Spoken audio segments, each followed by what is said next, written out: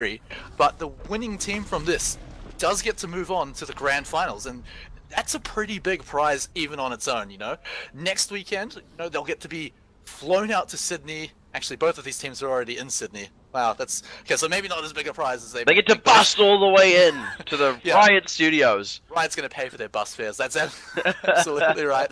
But no, I mean, they still get to play at the Riot Studio in Sydney, which actually hasn't been used all that much. I mean, it was used for the OPL finals for the last split, but that's pretty much it so far. So it's a pretty big opportunity right now, and so nerves have really got to be playing on the minds of both teams, because it might be a best of 3. This first match, though, does mean a lot, and as we are seeing the first actions of both teams, bit of a different play style here. Oh, this is Desu. such an aggressive move.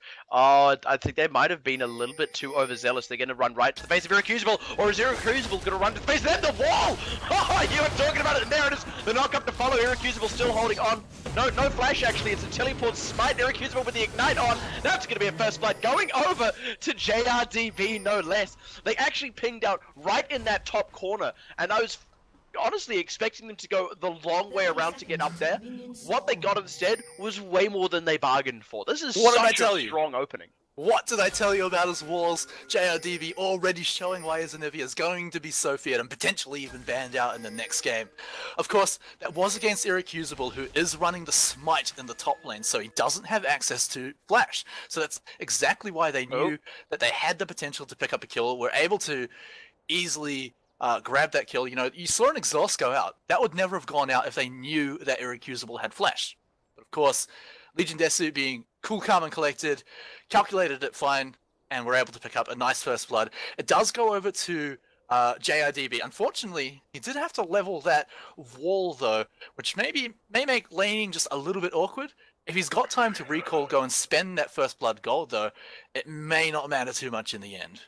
Yeah, I was actually about to bring up exactly that. As much as the wall was really crucial in picking up that first kill, a stun would have been just as good in a way, if it was able to connect. The difference is the stun is a lot harder to connect in that sort of area.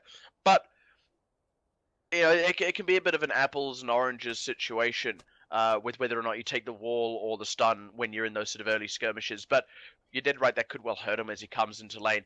He also hasn't had the opportunity to go back and cash in that early gold that he's got, so he is still going into lane just with his raw level 1 buy. Okay, actually, I lied to you, he is going to go back now, just as the minions spawn. Picking up a couple of extra pots, and the boots there, plus a ward, so that actually could well be all he needs. Nivea is not the fastest of champions, and against the Orianna, I imagine you'll be quite happy to have those boots, which somehow make you fly faster. So interestingly to note, you know, we see Toasties, he's obviously starting on that wolf camp, hasn't gone for the smite build though, in fact going for teleport ignites. He has started with 3 potions, which generally when you see a Hecarim go for a jungle camp at the start of the game, they choose to ignore those 3 pots. You know, they get the crystalline flask, that's enough sustain to take out the camp. Then you recall, and you've got enough gold to buy pretty much a full item. And that gives you such an advantage over your lane opponent. Irrecusable though, he's able to actually start the Krug camp, and he doesn't even need to blow teleport to get to the top lane. So he's going to be there well before Toasties, who's only going to arrive to lane with equal experience, a teleport down, and a few more potions and a ward. And you know, that could well hurt Toasties in that top lane matchup. We've seen Irrecusable play against a Hecarim, albeit on an Aurelia, but yeah, he's comfortable against that champion. He knows Hecarim's strengths and weaknesses and knows when he can press his advantages. Another pause coming out here. I just want to bring the attention down to the bottom lane actually, because we didn't talk about it much in Champion Select. External Rage was able to get on Morgana. We saw him play Morgana in the very first game of the group stages. His bindings were incredible. I believe he was playing with a Lucian lane. I might be wrong there, but in any case, it was frankly amazing. He only missed a few in the entire course of the game. He always had it available when he needed. He was able to get some incredible picks with it, take out key targets in the middle of fights and keep people pinned down. And I think it might have been a bit of a mistake to let that one go through, actually, especially against the Lucian Janna. As much as those 2 champions are quite long range, if there's a binding of them, Sivir gets to get close enough to throw in some free damage. Another thing to mention as well, like if Legion Desu actually got a chance to watch that streamed match yesterday, they would have seen that Karma was actually an open option for External Rage in that game. He didn't pick it up, and he did instead pick up Morgana, like you just said. So while it seems like it's quite a popular pick and quite a comfort pick for External Rage in that Karma, the ban may have been better used on Morgana, a champion that's going to have more effect. And while he may have been able to pick up a comfort pick in Karma, he obviously values Morgana more in the team composition in a highly competitive sense as well. When a match in a series, in fact, is as important as this, and he goes for something like Morgana, it shows that, all things considered, values Morgana over Karma. So I feel like maybe that ban, while it looks good on paper, taking away a comfort pick, in the end, External Rage is still going to fall back to that Morgana anyway, so it's not going to have that much of an effect. Yeah, you can't help but feel like it was maybe a decision for Legion Desu of, do we want to lane against the Karma or do we want to lane against the Morgana? And they made an executive decision somewhere along the line. In a similar vein, though, Omega's is on the Sejuani. Same deal. Saw him playing that in the very first game of the group stages, and again, the ultimates were great. They were really on point, always catching people out, always having great effects in fights, whether it be for engage or disengage. There was a couple of moments as well where he really threaded the needle and caught up crucial backline members of the enemy team, letting his team throw out some free damage for a couple of seconds. And again, I feel like letting that one through might come back to bite Legion Desu, but at the same time, there has to be a method to the madness when it comes to their bans, and we'll have to see what that is as this game goes on. Wow, damage trade in the bottom lane. Wow, Huey coming right in. External Rage didn't have anywhere to go there. Bit of an early flash. Actually, Evil's getting aggressed upon. They might want to pick this one up. No, he'll get me burned. Evils will be fine there. That's 2 summoners burned and a kill advantage to Legion Desu there. And it was also a prime time for Huey to show up down in the bottom lane. He knew the flash was still available for External Rage, probably wasn't expecting to be able to get a kill at the same time.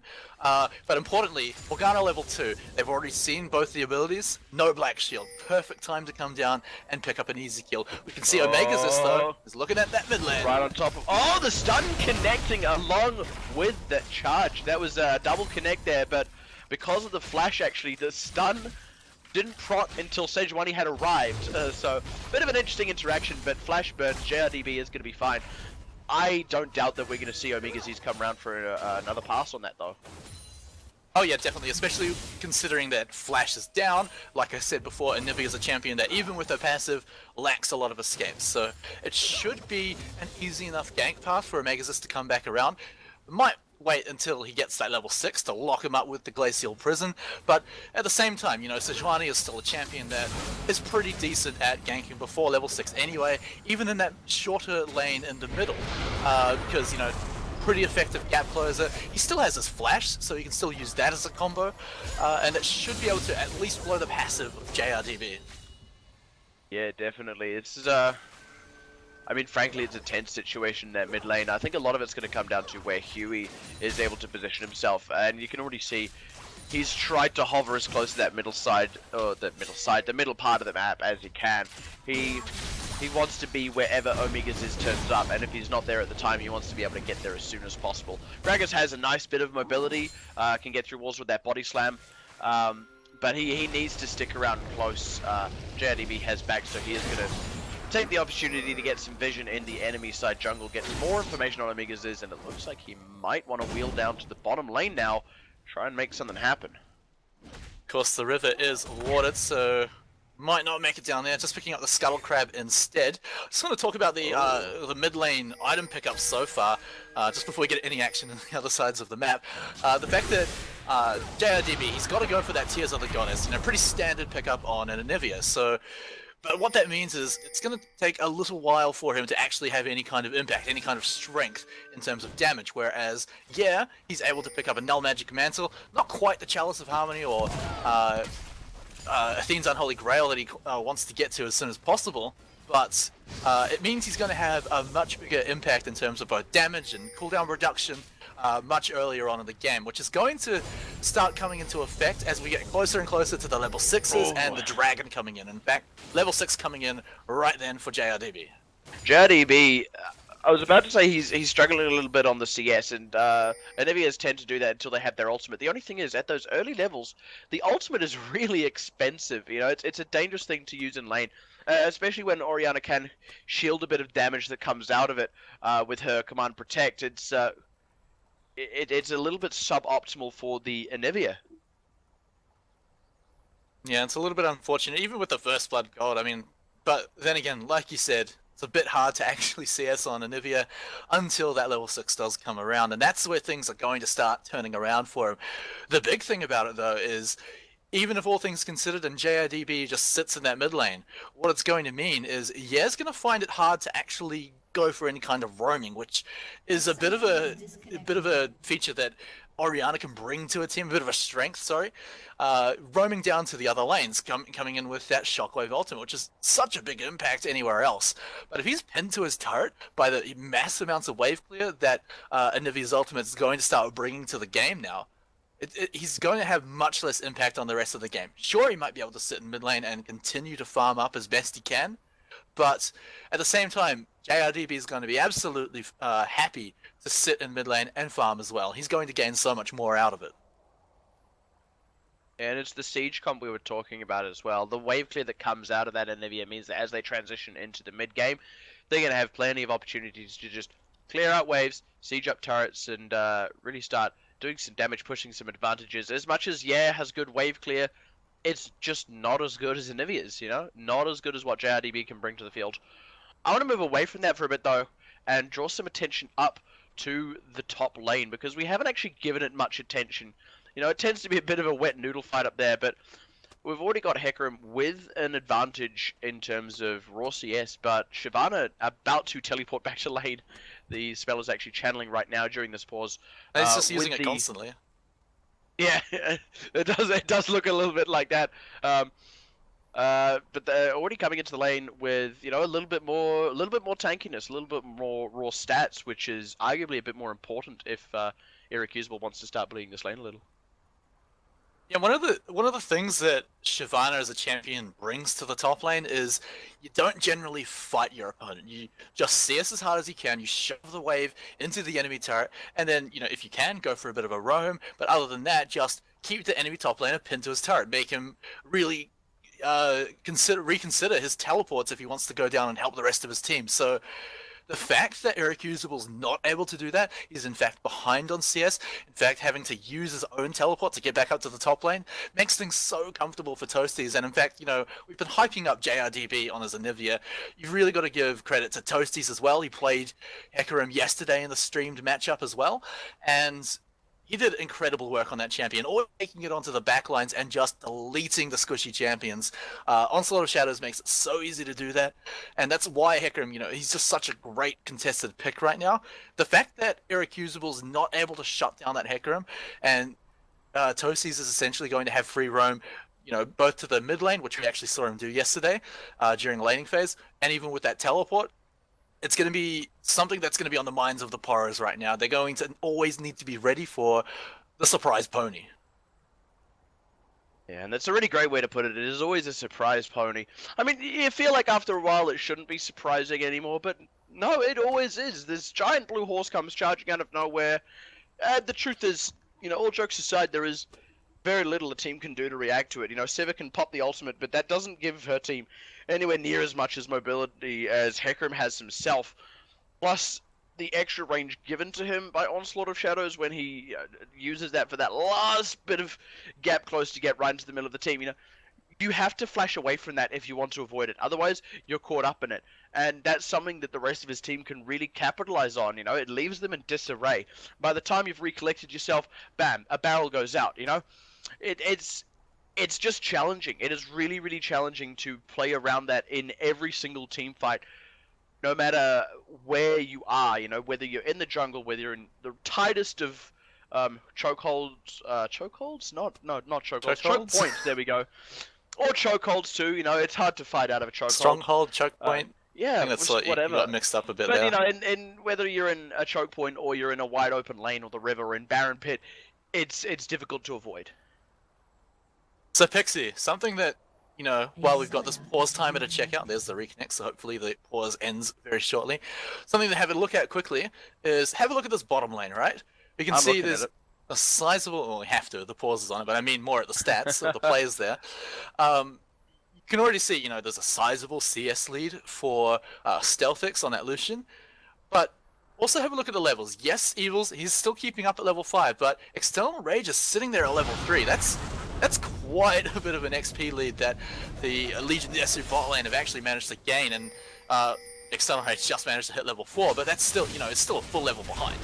A lot of that's come from the fact that External Rage has had to really keep his distance so far, especially after that first gank that came down from Huey. They've been playing this lane very cautiously, and External Rage has been missing out a little bit for that. That being said, you know, aside from the level 6 spike, Morgana's utility isn't, you know, as scaling dependent as a lot of other champions are. I'm predicting something here. Oh no, the ward just ran out. I was hoping that Toasties would teleport to the top lane and just destroy Irrecusable, but the ward ran out, so he's not going to get that opportunity. So, sorry, carry on with your point. Not a problem. But yeah, as I say, you know, compare it to Janna, who, as she gets higher level, gets better shields, gets longer knockup. Wow, aggressive moves by Ye in the mid lane, going on to JRDB. Just throwing out that shockwave, you know. There's still a whole egg to fight through, yeah, be careful.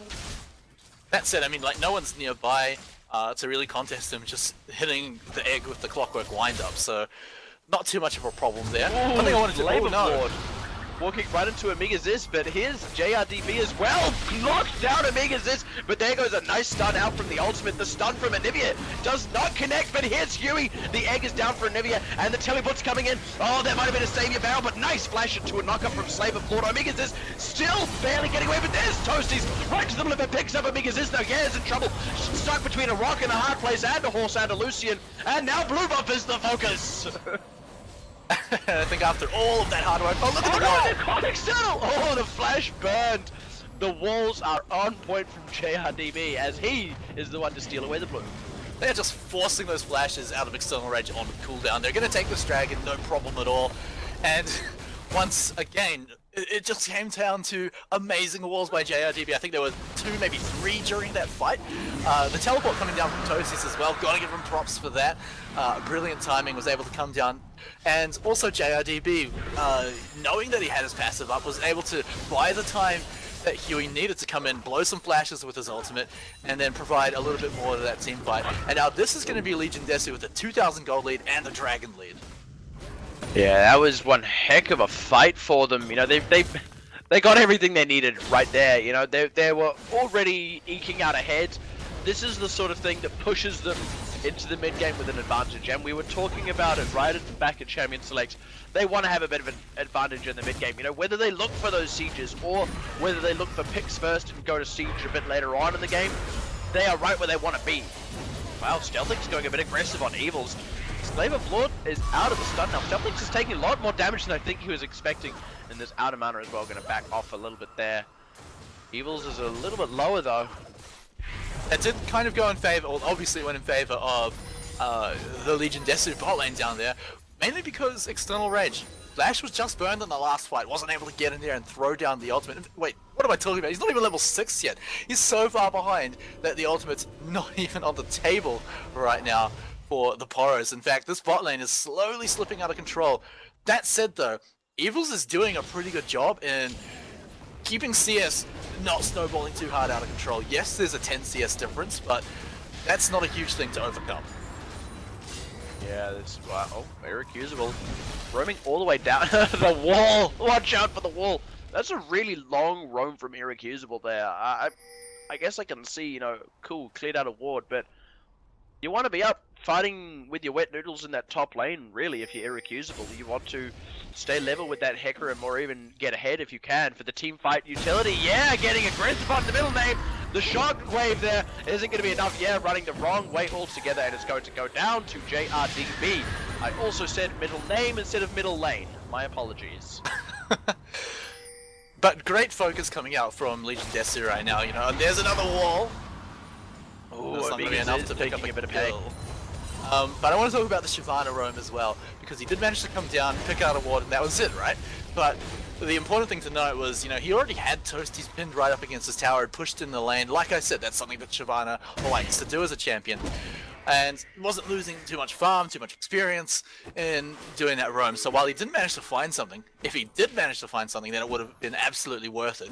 So the risks are always there to take, and when things are slowly slipping out of control for your team, more and more risks are, in a sense, needed.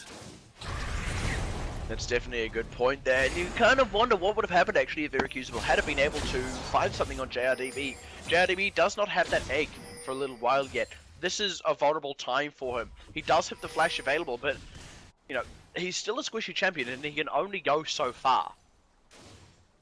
Egg should be up fairly shortly though, and that said, you know, he's had Huey looking after him very well. Huey's shown up in the mid lane quite a few times. In fact, he's shown up all over the place. He's got 100% kill participation, only getting assists on all of them, but still adding strengths to all of his team. You know, you can see every single member of his team that isn't him, that's in a lane, has a kill. So he's managed to help out every single lane, and you can already see that, you know, that's starting to build up everywhere. There's a slight advantage in bot lane as the Lucian, and as we move into mid game, that's going to start mattering even more, especially once the next dragon comes up.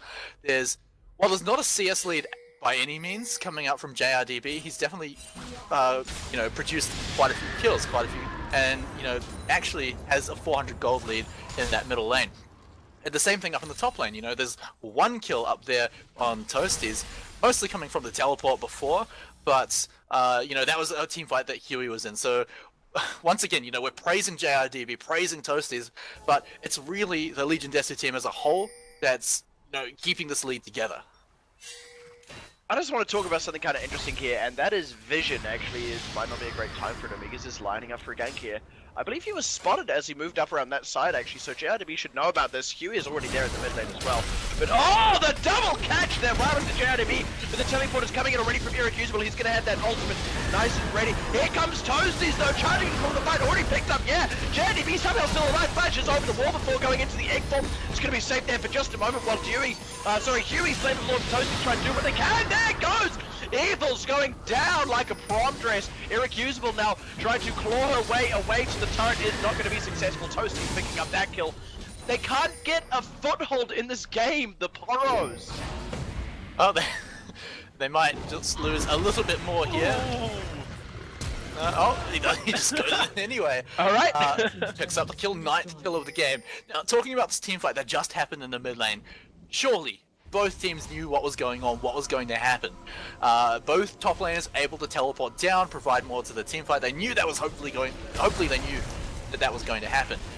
What really set it behind, though, apart from the obvious gold disadvantage coming out from the Poros, was the Glacial Prison was used before the actual team fight came in.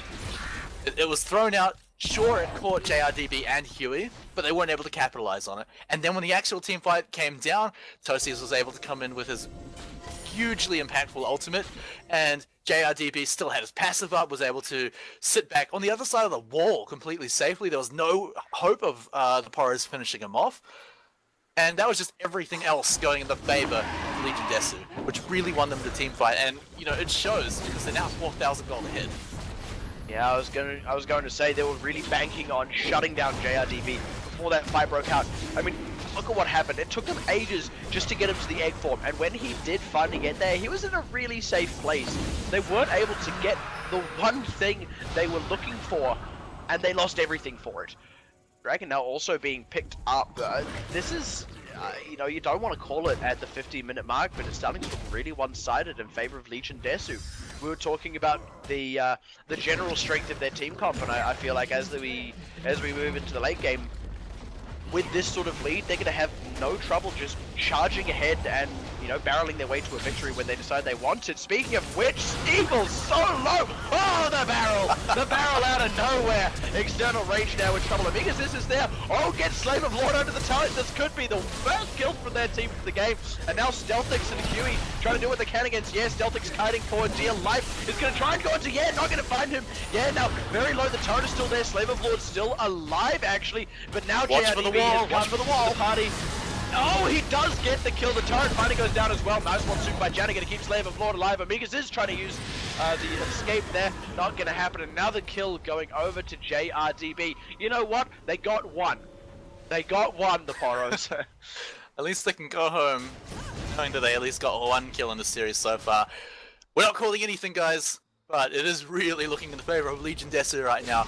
That said, it's a best of 3. There's still potentially 2 matches after this one. Of course, if the Poros aren't able to take out this win, then they're sitting there with the pressure of having to win 2 games in a row to make it to the grand finals. And that's no easy feat, going up against a team who is just... Let's get real here. They're getting crushed right now by Legion Desu, and that's not likely to change. Look at across the map. There's no one single champion that is just miles ahead. You know, you've still got to deal with Toasties, who's so far ahead on that Hecarim in terms of kills.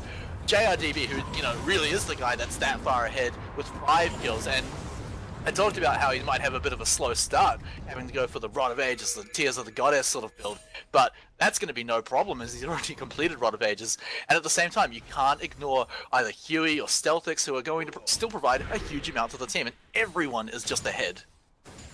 Yeah, you know, in fact, in that last fight, there was actually a moment there where it wasn't looking good for Legion Desu, but the crucial mistake was Omega Ziz threw out the ultimate onto Slave of Lord only, under the turret, which normally would be fine, it would net you a kill, but when it came down to it, it meant that Omega Ziz didn't have it at, you know, half a dozen other much more crucial moments, and I praised his ultimates, having seen him play Sejuani in previous games. Today it feels like he just hasn't showed up as much. Well, we can already see Huey's coming through with the Locket of the Iron Solari, and I really like that pickup too, because right now, if you're looking at this game, the only way that the Poros can really come back from this is if they get just the most artistically perfect team fight. And, you know, they've got a team composition that can do that. They've got the engage power, they've got wombo combos galore with the Shockwave, the Glacial Prison, and then a giant dragon flying in after that. So the fact that they're managing to pick up Locket of the Iron Solari, which is the main point I was getting at here, is the fact that you've got that big AoE coverage with the shield, the magic resist, to really dampen the effect of the big wombo combo, which is the strengths that the Poros have, and realistically their only chance at coming back from this game. The only thing the Poros don't have though, and it feels really silly to say, but they don't have damage. And I don't mean like, oh, there's no one dealing damage, they're so terrible. I mean like, they're relying on 2 carries, you know? If you look at Legion Desu, everyone on their team can be a bit of a threat, you know? Even the Gragas. Speaking of which, Gragas finding Evils there, the slow going down from Slave of Lord. Actually, no, that was the smite out from... No, I don't even know what it was, but a kill has been picked up nonetheless. You know, it just goes to show sometimes you don't even know what's going on, you're dead. Yeah, wow, being walled out there. The Shockwave goes down onto JRDB alone. Yeah, trying to juke it out. The stun connects. Now JRDB going to be able to pick up that kill. Toasty's charging in. Omega Ziz up against the wall. There goes the ultimate running back towards the team now. Omega Ziz, that's the wrong way to go. The monster doing that. Push away. What an ultimate! It's going to keep Omega Ziz alive. And actually now, the Legion Desu, they're trapped between 2 turrets. This could be a bit of a tough spot for them. Slave of Lord running away, but Irrecusable can't even get that kill. Now it looks like the Hunter becomes the Hunted. Irrecusable taking some aggression. The turret goes down, and amazingly, no one Legion Desu dies. Wow. How many times do you see a team dive between those 2 turrets, take down one of the turrets, get everyone out alive while still getting a few kills on the enemy team? That does not happen that often, and it's just the fact that, you know, we're not even 20 minutes into the game, they're 9,000 gold ahead, and in the last series we saw a pretty big stop. Oh no, Evil! Oh, the Flash ultimate gonna keep Evils alive there for just barely getting up by the skin of his teeth. It feels criminal right now. You feel like Legion Desu just shouldn't be getting away with it. Like, I'm fully expecting a policeman to come charging onto the ring any minute now. Excuse me, this is too dominating of a game. You are under arrest. But actually, there's the surrender coming out. Oh, and wow. I don't disagree with that. When you're in the Poros case right now, you're that far behind, and, you know, even the casters are pretty much calling the game. You've got to just consider, this is a best of 3 series. We're not out of this by any means. Let's just stop this